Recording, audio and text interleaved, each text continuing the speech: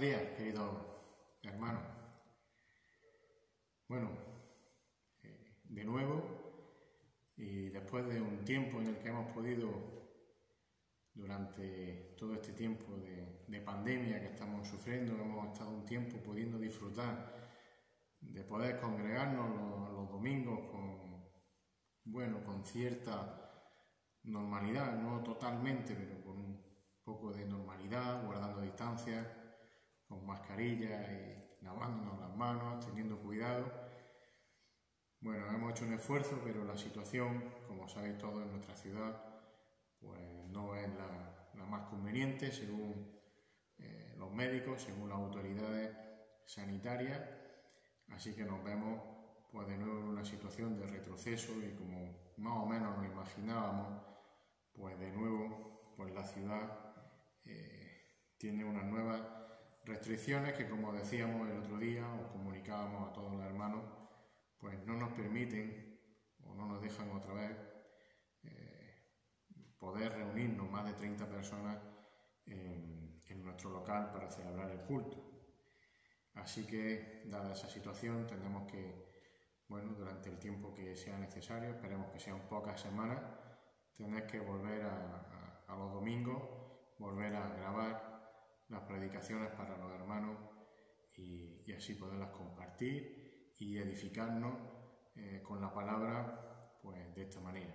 Evidentemente no es lo mejor, no es lo que más nos gusta, por supuesto no es lo que el Señor dice en su palabra, que es que nos congreguemos, nos juntemos como cuerpo de Cristo para recordarle a través de la mesa del Señor y también rendirle adoración, también con la exposición de la palabra, la cual sabéis todos que sirve para llevar personas a la salvación y también para la edificación de los creyentes.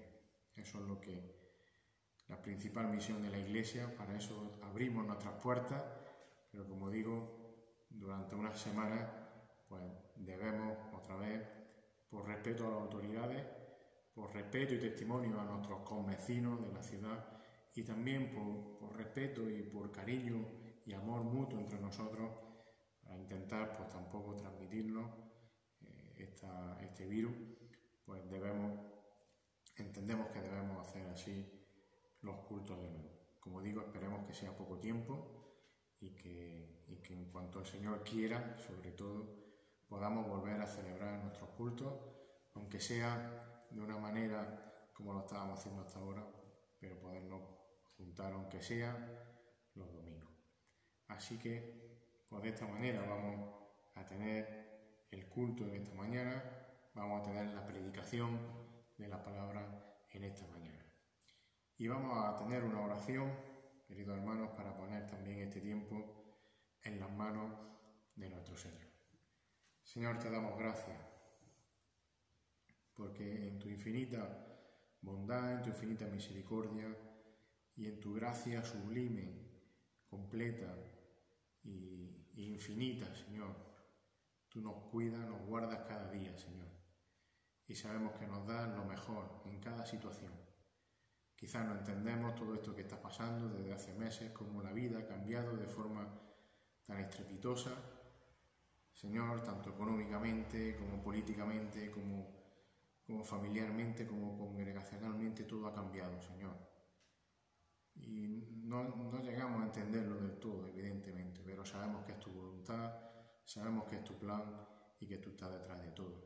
Así que te pedimos que Señor, como siempre, se haga tu voluntad y que esa voluntad sea cuidarnos, guardarnos de este virus, Señor, y sobre todo que todo esto sirva para que personas lleguen al conocimiento de la verdad, lleguen a ti, Señor, que tú los llames y ellos respondan ante tu majestad y ante tu gracia y ante tu amor, Señor.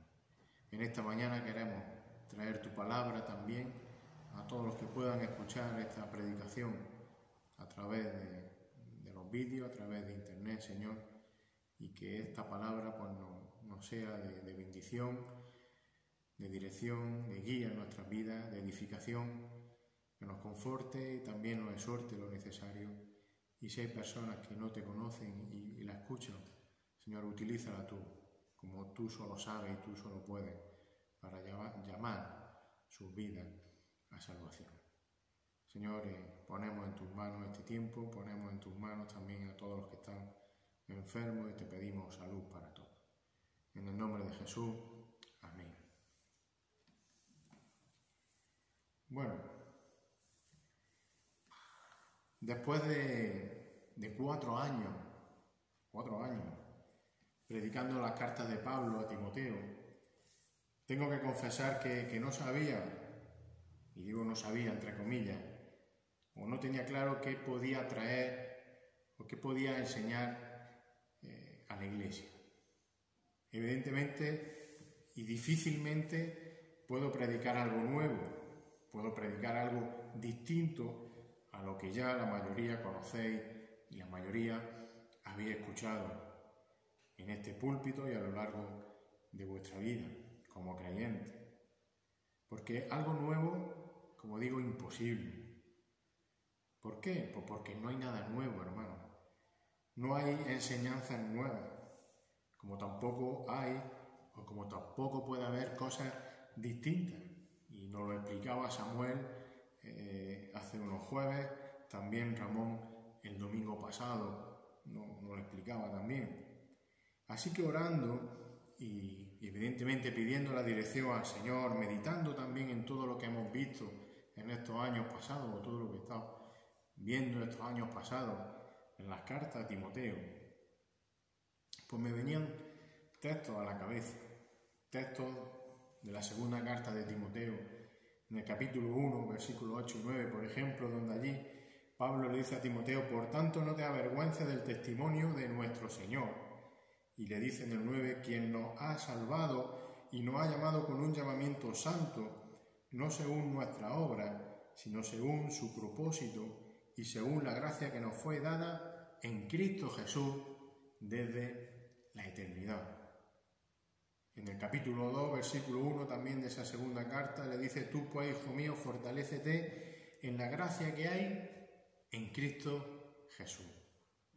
Y en el capítulo 4, también de esa segunda carta, la veíamos no hace mucho ese pasaje, capítulo 4, versículo 1 y 2. Te encargo solemnemente en la presencia de Dios y de quién, y de Cristo Jesús. ¿Y qué le encargaba? Versículo 2, predica la palabra.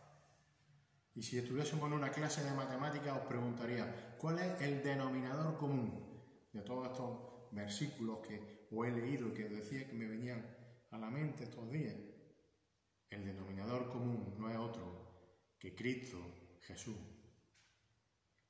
En la primera carta de Timoteo también me vienen textos como en el capítulo 1, versículos 14 y 15, dice: pero la gracia de nuestro Señor fue más abundante con la fe y el amor que se hallan en Cristo Jesús. Y dice el 15, palabra fiel y digna de ser aceptada por todos. Cristo Jesús vino al mundo. ¿Para qué? Para salvar a los pecadores, entre los cuales, decía Pablo, yo soy el primero. Dejadme que yo sea el segundo. Y todos nosotros somos los segundos, los que vamos detrás de Pablo seguro. Por tanto, está claro, hermano. Creo que ya lo tengo claro. ¿Qué tenemos que seguir predicando? Bueno, no hay otra cosa que tengamos que seguir predicando que a Cristo Jesús, evidentemente. Y salvando la infinita distancia entre Pablo, el gran apóstol Pablo, y un humilde, un simple servidor. El apóstol Pablo le dijo a los corintios, y ese debe ser también nuestro propósito, 1 Corintios 2:2, pues nada me propuse saber entre vosotros excepto a Jesucristo y este crucificado. Y evidentemente Cristo está en toda la Biblia. Desde la creación, en el Génesis, hasta el final de la Biblia, en Apocalipsis. Es el Cristo, es el protagonista. Es más, la palabra de Dios, y se nos recordaba también el domingo pasado, apunta, nos dirige a Cristo.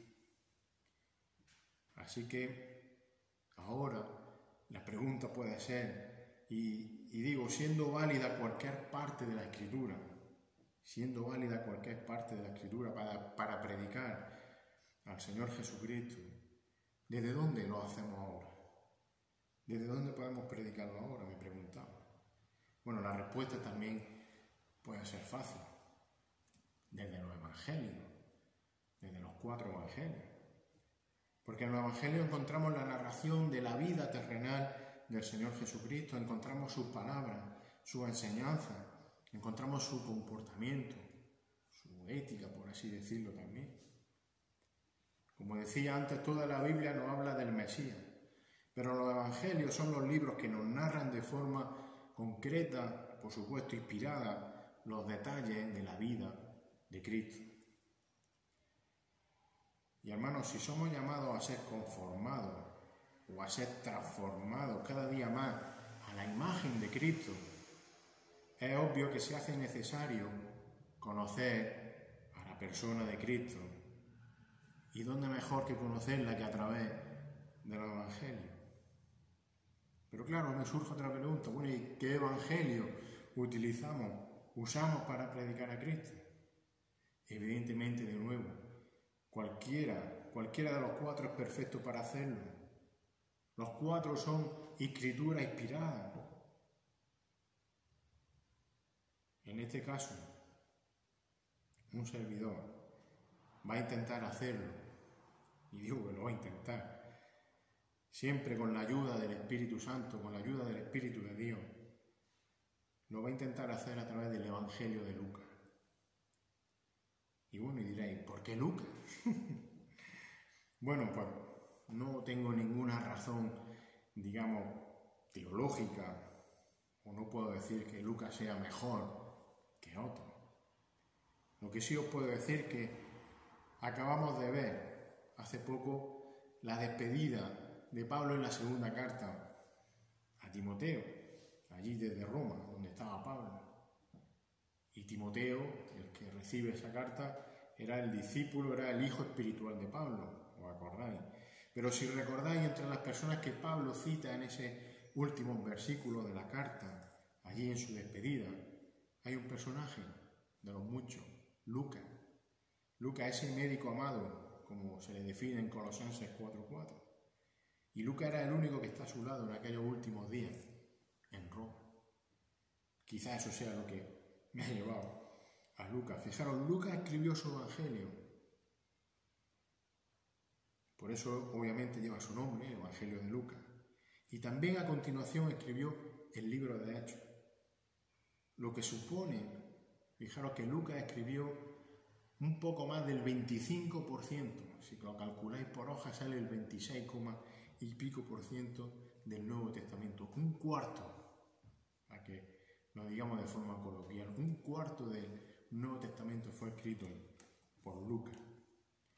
Así que, como digo, siendo cualquiera de los 4 evangelios igual de válido, igual de fidedigno y, por supuesto, igual de inspirado, quizá por afinidad a estas cartas de Pablo que hemos estado tratando en los últimos tiempos, y por ser un evangelio escrito también, digámoslo, para oyentes principalmente gentiles, como podemos ser nosotros, pues veo apropiado o he visto apropiado, conveniente en esta ocasión, predicar a Cristo desde el Evangelio de Lucas. Así que, sin más introducción, sin más pérdida de tiempo, invito a que abráis vuestra Biblia en el capítulo 1 del Evangelio de Lucas. Lucas capítulo 1.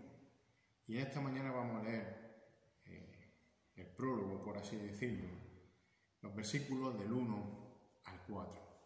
Lucas capítulo 1, versículos del 1 al 4. Y os leo en la versión de la América, por si cambia alguna palabra.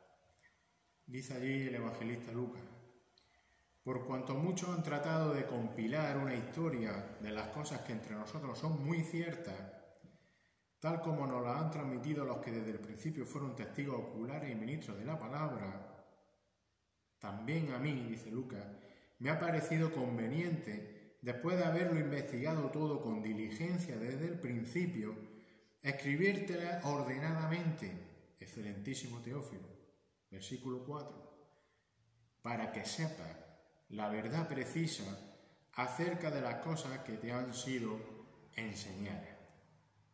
Que el Señor bendiga su palabra en esta mañana. Mira, en el mundo de la literatura, en el mundo del cine, del teatro, pues todas estas cosas están llenas, lo sabéis, de grandes historias. Historias conmovedoras, impactantes, unas reales, otras pues, de ciencia ficción o de ficción. Pero si hay una historia o si hay una narración real, que sea perdurable, impactante, verdadera y que por supuesto está por encima de cualquier otra, esa es la vida del Señor Jesucristo.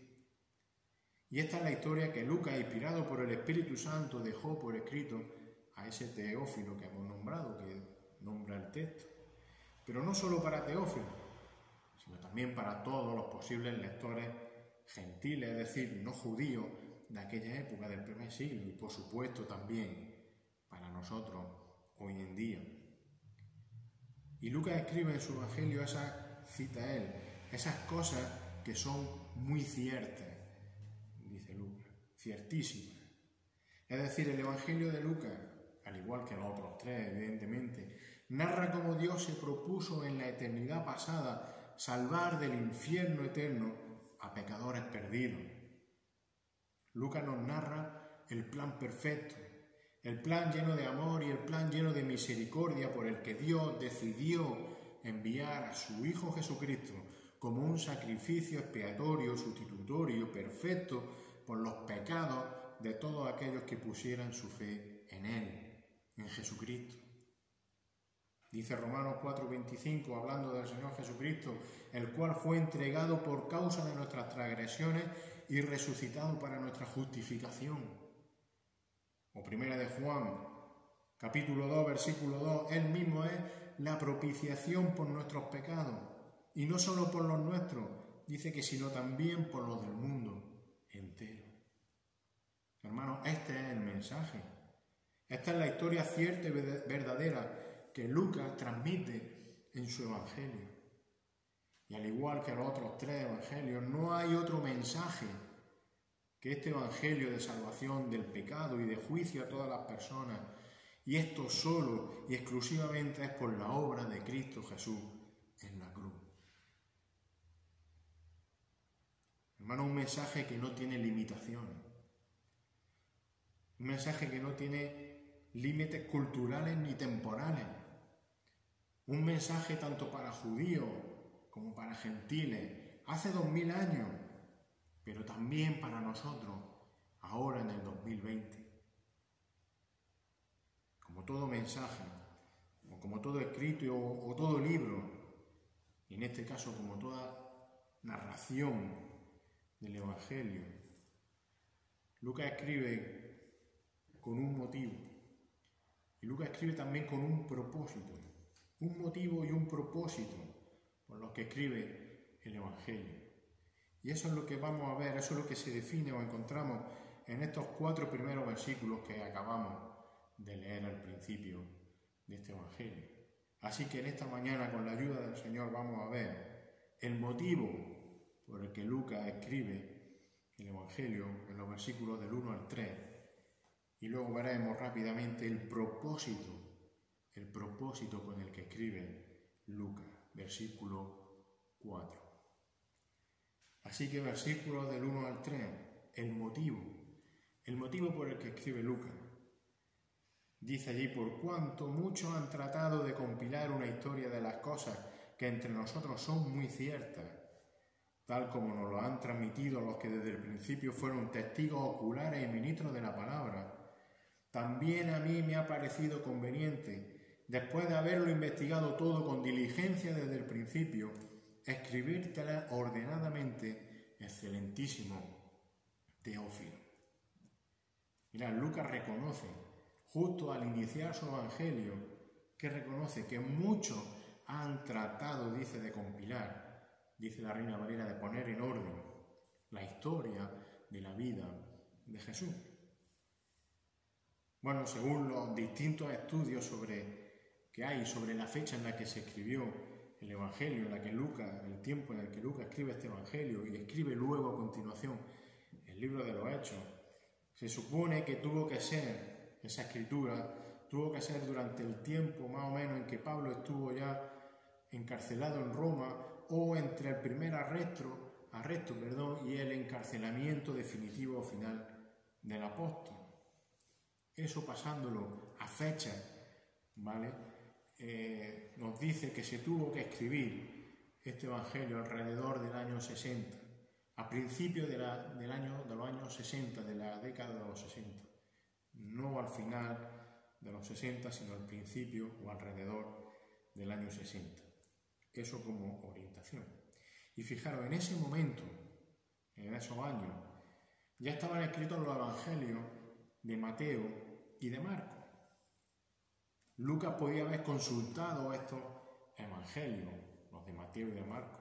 Incluso, fijaros, Lucas pasó tiempo también junto a Mateo en Jerusalén, cuando acompañó a Pablo, como también pudo pasar tiempo con Marcos, cuando coincidió en los viajes también con el apóstol Pablo. Pasó tiempo junto a Mateo, pasó tiempo junto a Marcos. Pudo leer su evangelio, pudo consultarle a ellos directamente, apóstoles que habían estado junto al Señor Jesús. Pero es que durante el tiempo que Lucas estuvo, como hemos dicho, en Jerusalén, pudo también recabar información de los creyentes que habían visto en persona al Señor. Incluso pudo, como se dice, entrevistarse con los propios apóstoles. Pudo también hablar, conversar y recabar información de la propia María, la madre de Jesús. Así que de todo esto y de muchos más, Lucas pudo obtener información fidedigna, información veraz, para luego poder escribir su evangelio.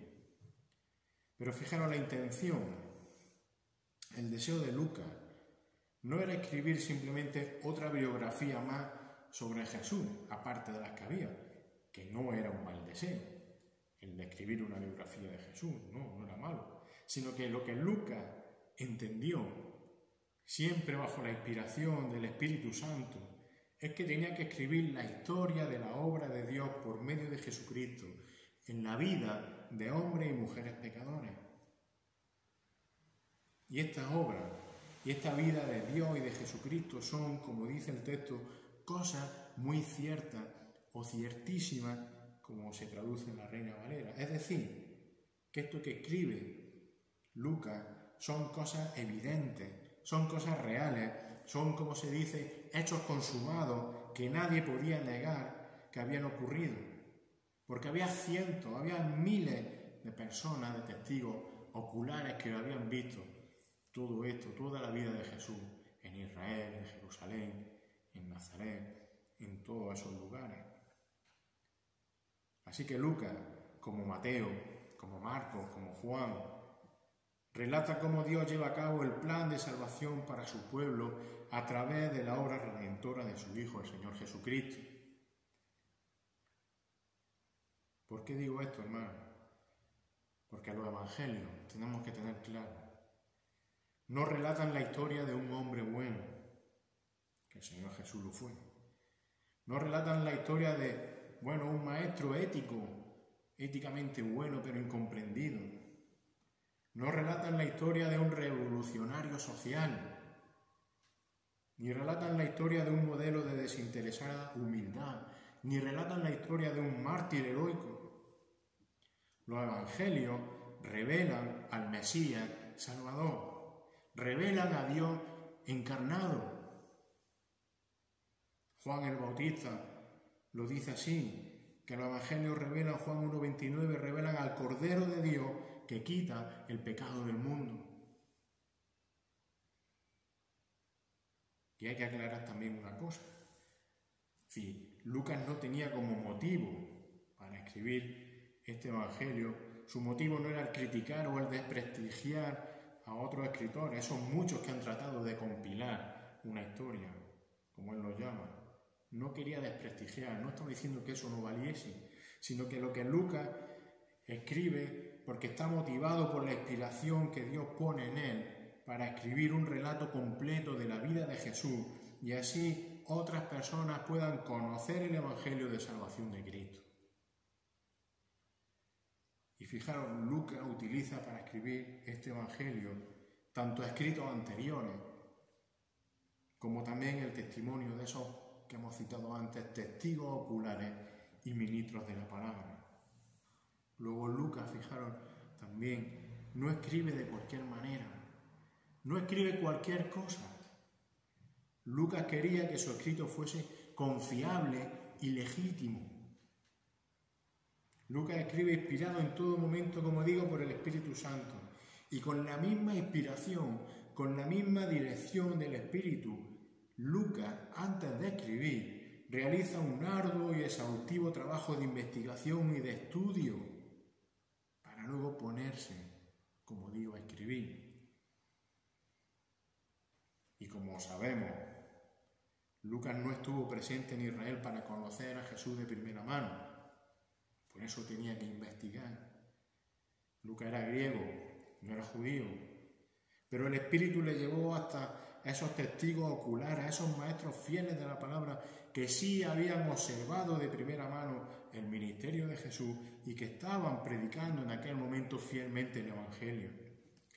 Y fijaros cómo es la gracia de Dios. Que Dios utilizó a esas personas para presentar y para transmitir el verdadero mensaje, la verdad. ¿Hasta qué? ¿Hasta cuándo? Hasta que inspiró a esos evangelistas para escribir los 4 evangelios registrados en el Nuevo Testamento. Lucas no podía ser un apóstol de Jesucristo. ¿Por qué? Porque, hemos dicho, no fue un testigo presencial, ni tampoco estuvo con el Señor físicamente. Pero como dice el versículo 3, su diligente investigación, es decir, su esmerado y exhaustivo trabajo de estudio le proporcionó un indiscutible y exacto conocimiento de la vida y del ministerio del Señor Jesucristo. Por tanto, Lucas estaba perfectamente calificado, estaba preparado para, bajo la inspiración y supervisión del Espíritu Santo, escribir este Evangelio. Y dicho sea de paso, escribió el Evangelio más extenso de los 4. Escribió el Evangelio en el que se da más información sobre lugares y sobre costumbres de Israel. ¿Para qué? Bueno, probablemente para facilitar su entendimiento a aquellos lectores gentiles como era Teófilo y otros que no eran judíos, que no estaban familiarizados con Israel, ni con el pueblo judío, ni con las costumbres del pueblo judío, igual que nosotros. Así que el estudio, la investigación de Lucas, fijaros, tampoco menoscababa en ningún momento la voluntad y la inspiración divina a la hora de escribir este Evangelio, sino todo lo contrario. El Espíritu Santo utilizó el conocimiento de Lucas, y recordemos que Lucas era un hombre intelectualmente preparado, era un médico. El Espíritu Santo le dio toda la información necesaria a través de esa investigación.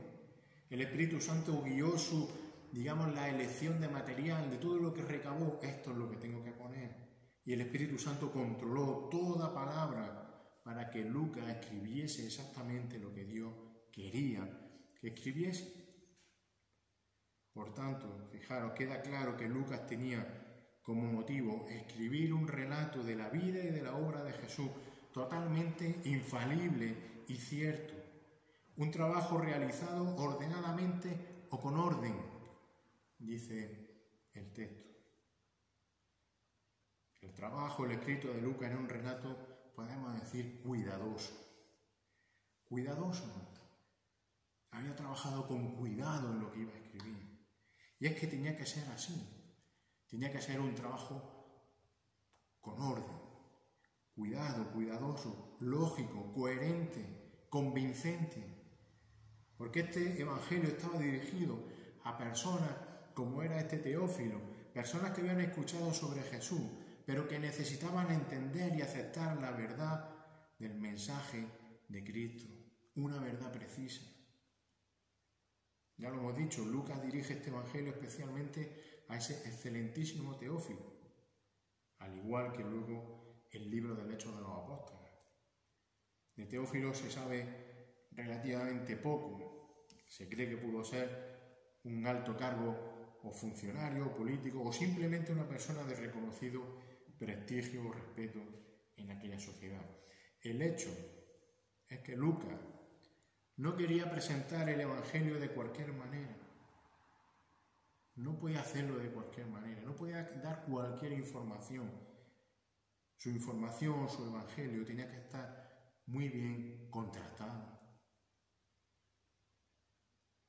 Así que, hermanos, y otra vez salvando las distancias, salvando mucho las distancias, porque un servidor no es un hombre tan preparado como era Lucas, el médico amado. Pero para mí, y para cualquier persona que se sube o se pone detrás de este púlpito, de cualquier púlpito, donde se predique la palabra de Dios, pero para mí en esta mañana, vosotros los que estáis ahí detrás, iba a decir en esos bancos, los que estáis detrás de esa cámara, para mí sois mi excelentísimo Teófilo. Vosotros merecéis y necesitáis que la palabra de Dios sea presentada con orden, que sea presentada de forma cuidadosa, por lo que para ello hace falta, como hizo Lucas, un trabajo anterior ¿de qué? De investigación diligente, dice el texto. Investigación diligente. Un trabajo arduo, exigente, antes de poder hablar. Primero, porque como digo, tanto Teófilo como las miles y millones de personas que escuchan el Evangelio merecen, necesitan que se les explique lo mejor posible. ¿Por qué? Mira, no porque sea el mejor, sino porque en lo que escuchen las personas, les va la salvación, les va la vida eterna en ellos. Hay que hacerlo bien, queridos hermanos. Y segundo, estamos transmitiendo, estamos hablando de la persona gloriosa del Señor Jesucristo. Y el Señor Jesucristo merece que se haga con toda nuestra reverencia, con todo nuestro temor y con toda nuestra dedicación. No hay nadie más grande del que podamos hablar. Porque, hermanos, no estamos contando aquí una película. No estamos aquí narrando un partido de fútbol. O no estamos aquí haciendo, un monólogo simpático para el público. Sino que estamos aquí presentando el plan soberano de redención divina, un plan desarrollado a través de la vida y de la obra de Jesucristo. Así que no hay mensaje más importante.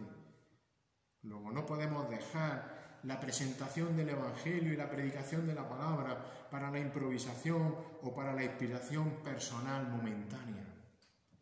Mira, ya me saldrá algo. El Señor siempre, el Señor sabe.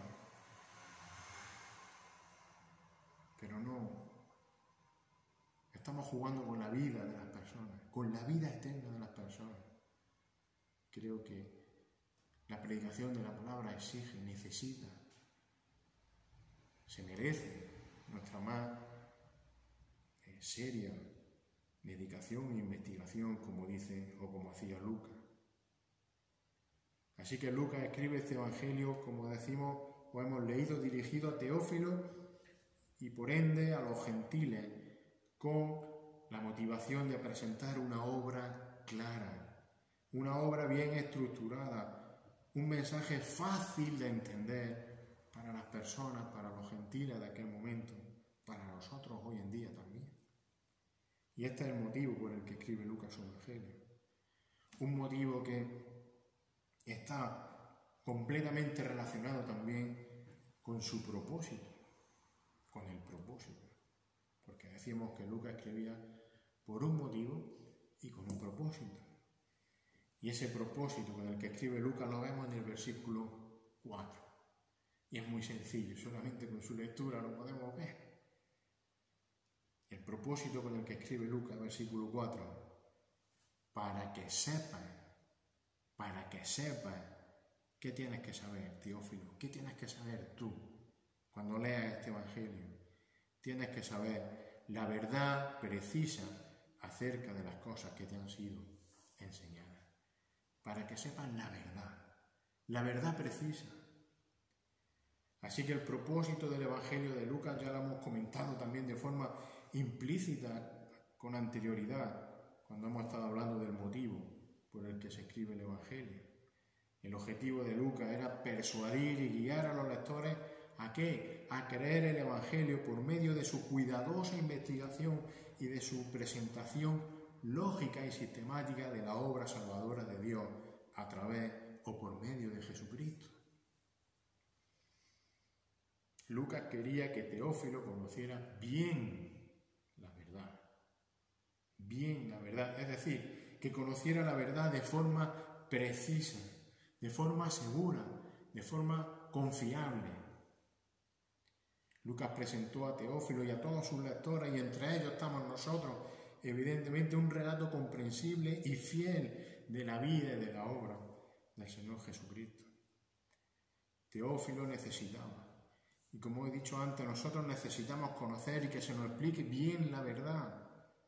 No solo porque a través del Evangelio el Señor nos llama para salvación, sino porque una vez que somos salvos también tenemos, fijaros, el continuo riesgo de caer en el error o de ser confundidos. Por eso necesitamos indagar diligentemente, estudiar de forma exhaustiva la palabra. Y Lucas realizó un esfuerzo intelectual, claro que sí, pero un esfuerzo inspirado siempre por el Espíritu Santo. ¿Para qué? Para llevar a este Teófilo y por defecto a todos nosotros un conocimiento preciso y exacto de la verdad sobre la vida y la obra del Señor Jesucristo. Así que, hermanos, como conclusión, como aplicación para nuestras vidas de esto que acabamos de ver, que escribe Lucas en la presentación de su Evangelio, hermanos, seamos diligentes, seamos precisos en el estudio y en el conocimiento de la palabra de Dios, como lo fue Lucas. ¿Por qué? Porque fijaros, porque primero esto nos va a ayudar a conocer mejor a nuestro Dios. ¿Sí? Y si conocemos mejor a nuestro Dios, esto nos va a llevar ¿a qué? A ver mejor su amor y su grandeza. Y si conocemos mejor su amor y su grandeza, esto nos va a llevar como consecuencia a obedecerle y a amarle cada día más, porque vamos a ver a nuestro Señor, lo vamos a conocer cada día mejor, con lo cual nuestro deseo de amarle y de obedecerle será más grande. Hermano, el conocimiento de la verdad precisa debe de producir en nosotros que aumente nuestro amor hacia nuestro Señor y hacia nuestro Redentor, y a la vez que aumenta ese amor hacia el Señor, también va a aumentar nuestro deseo, como digo, por obedecerle y por serle fiel. No puedes obedecer lo que no conoces. No puedes ser fiel a lo que no conoces. No puedes asemejarte a Cristo si no lo conoces, si no lo indagas, si no entras en la profundidad de su palabra, de su Evangelio. Y si te sumerges en su Evangelio, conocerás al Señor. Verás su amor, su gracia, su misericordia. Y dirás, yo quiero amar y serle fiel a este Dios que se hizo hombre para morir por mi lugar en la cruz del Calvario. Y hermanos, seamos diligentes, seamos precisos en el estudio y en el conocimiento de la palabra de Dios, porque también tenemos un mandato y una obligación impuesta por el mismo Señor Jesucristo, y es la de predicar a otros este Evangelio, predicar a otros esta verdad de salvación. Y con esto acabamos. Hemos leído los primeros versículos del Evangelio, y prácticamente en el final, en el versículo 24, capítulo 24, Lucas escribe otras palabras del Señor Jesucristo, en los cuales nos deja un mandato por el cual tenemos que transmitir esta verdad precisa, como Lucas escribe en su Evangelio. Dice el Señor Jesucristo, Lucas capítulo 24, versículo 44 al 47, y con esto terminamos en esta mañana. y les dijo: esto es lo que yo os decía cuando todavía estaba con vosotros. Y estas son las cosas en las cuales Lucas había indagado, las cuales eran muy ciertas, ciertísimas, y que Teófilo nosotros tenemos que tener muy claro porque son una verdad precisa. ¿Qué cosas eran? Que era necesario que se cumpliera todo lo que sobre mí, dice el Señor Jesús, está escrito en la ley de Moisés, en los profetas y en los salmos. Versículo 45, entonces les abrió la mente para que comprendieran las Escrituras. Y les dijo: así está escrito, que el Cristo padeciera y resucitara de entre los muertos al tercer día, y que en su nombre se predicara el arrepentimiento para el perdón de los pecados a todas las naciones, comenzando desde Jerusalén. Y permitidme que añada, y pasando por Linares. Que el Señor bendiga su palabra en esta mañana. Señor, te damos gracias de nuevo, Señor, porque tú en tu gracia y en tu amor, en tu misericordia, Señor, te has revelado a nosotros. Señor, y has dejado por escrito de forma fiel, como hemos visto en esta mañana, a través de todos esos autores que fueron inspirados, que fueron movidos por tu Espíritu Santo a escribir lo que necesitábamos leer, Señor, para conocerte, para entender que tú eres el Señor y el Salvador de nuestras vidas, para entender que tú eres el que fue a morir en la cruz del Calvario en nuestro lugar. Señor, gracias porque utilizaste a hombres fieles como este Lucas, como Pablo, como Mateo, como Marcos, como Juan, como Pedro, como tantos otros, Señor, para escribir tu palabra. Otros que no se nombran, que fueron testigos y que predicaron tu palabra hasta que fue escrita, como también hemos leído. Para que nosotros hoy podamos leerla, podamos disfrutarla y podamos conocerte cada día más y más. Y por eso te pedimos, Señor, como hemos leído en estos últimos versículos de Lucas, te pedimos que tú abras también nuestro entendimiento, nuestra mente, Señor, como abriste la de aquellas personas, para que podamos entender tu palabra, para que podamos comprender, Señor, todo lo que tú tienes para nosotros. Señor, gracias por esa salvación tan grande. Gracias por el cuidado que recibimos de ti cada día. Gracias porque mereciendo una condenación eterna, Señor, tú viniste a pagar nuestra deuda en la cruz del Calvario. Y gracias porque, como hemos leído, resucitaste también de entre los muertos en victoria, por lo cual tenemos la seguridad, la certeza de que si somos tuyos, vamos también a resucitar contigo. Señor, que tu gracia, tu amor, tu misericordia sea derramada en esta ciudad y por todo el mundo. Y que muchos, Señor, a través de tu palabra lleguen al conocimiento de esta verdad precisa que está aquí escrita. Señor, que no la busquen en otro sitio, que nadie les traiga otras cosas distintas que llevan al engaño, sino que vengan a tu palabra fiel y verdadera, Señor. Esa es nuestra petición en esta mañana y nuestro deseo. Te alabamos y te adoramos, Señor. En el nombre